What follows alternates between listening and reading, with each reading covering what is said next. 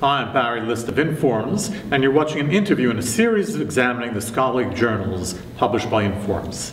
Our guest today is Armann Ingolfsson of the University of Alberta, who's the editor-in-chief of Informs open access journal, Informs Transactions on Education. Professor, welcome. Thank you. Let me first ask you to say in a few words what ITE, as we call it, does. So, Informs Transactions on Education is a mouthful, but it also tells us what the journal focuses on, and focuses on education. So the mission of the journal is to advance OR and MS education worldwide at all levels. And we do that by publishing various teaching materials like case studies, as well as articles that describe some kind of a teaching innovation, some effective practice, and things that work in the classroom. Mm-hmm. Things like how to teach a spreadsheet or things of that sort. How to, let's say, use a spreadsheet to for a particular type of model with, where a spreadsheet maybe isn't the natural vehicle, but it's something that we want to teach our students, and we don't perhaps want to use anything more than a spreadsheet. Classroom games is something we publish more and more of. And it is so important to be able to engage students, especially students who might just be taking an OR or management science course, but haven't determined that they want to major in it. Yes, and a lot of the kind of teaching materials that we publish are exactly about that, about ways to engage students, about getting them to do things other than just to listen to a lecture, get them active, and to be able to relate what they're learning to life outside the classroom. What interested you in the educational aspects of operations research, and how did you become acquainted with this journal for the first time? I teach OR-related courses in a business school, as many people in Informs do. Mm-hmm. And about a little over 10 years ago, at the time that the journal was founded, OR-related courses in business schools were threatened with extinction, shall we say.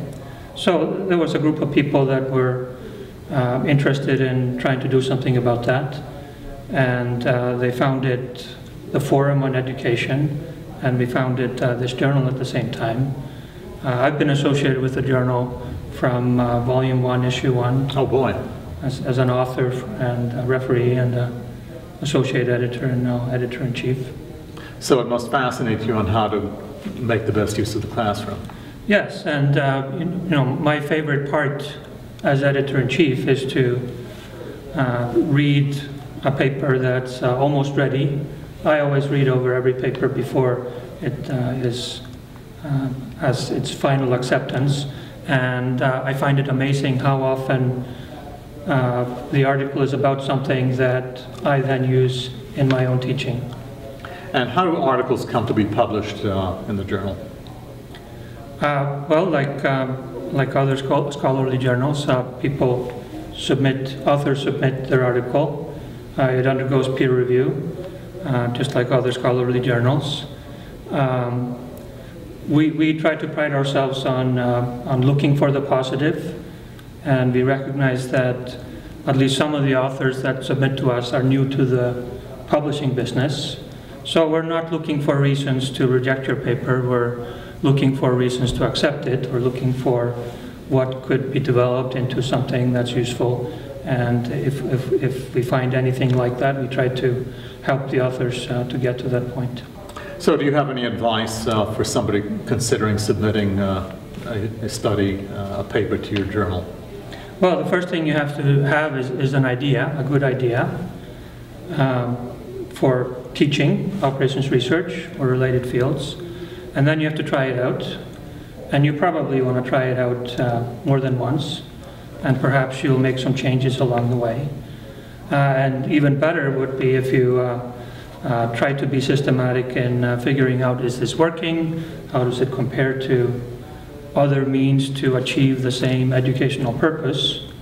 so that when you're ready to write something up and submit it to us, you can tell us not just what is your idea, but how well has it worked in your experience? How does it compare to what other people have done to try to achieve the same purpose? And how does it fit within relevant educational theories and the like? Are there any things that authors should avoid? Well, they should make sure that their paper is about education. That sounds obvious, but we do have a 50% rejection rate, but most of the rejections are because of lack of fit. Someone hasn't really paid sufficient attention about what the journal is about. So even though the journal seems pretty self-explanatory, people aren't paying attention? Not everyone. Okay, so if you're thinking of submitting, go to the basics and take a look at the description on the website of what the journal publishes. Now, the journal's unique. It's an open access journal. Can you say a little something about that?